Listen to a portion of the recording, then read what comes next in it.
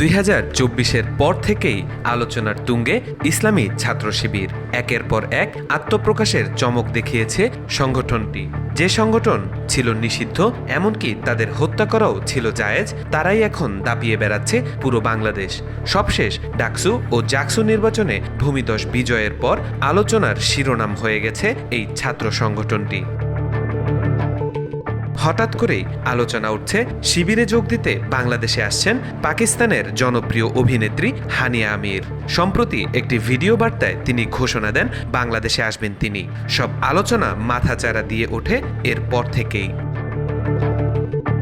সামাজিক যোগাযোগ মাধ্যমে অনেকে অনেক ধরনের মন্তব্য করছেন বিষয়টি নিয়ে। কেউ লিখছেন ডাকসুতে শিবিরের জয়ের পর তাদের অভিনন্দন জানাতে বাংলাদেশে আসছেন এই অভিনেত্রী। আবার কেউ লিখেছেন শিবিরের নারী শাখায় যোগ দিতে আসছেন হানিয়া।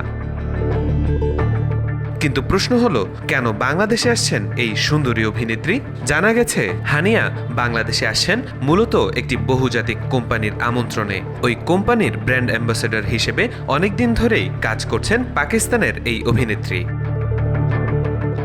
এই অভিনেত্রীর বাংলাদেশ সফরকে ঘিরে শিবিরের সাথে যোগসূত্র তৈরি করে মজা নিচ্ছেন অনেকেই। তবে তার এই সফরের সাথে কোনো যোগসূত্রই নেই বাংলাদেশ ইসলামী ছাত্র শিবিরের। তৌফিকুল ইসলাম, আজকাল।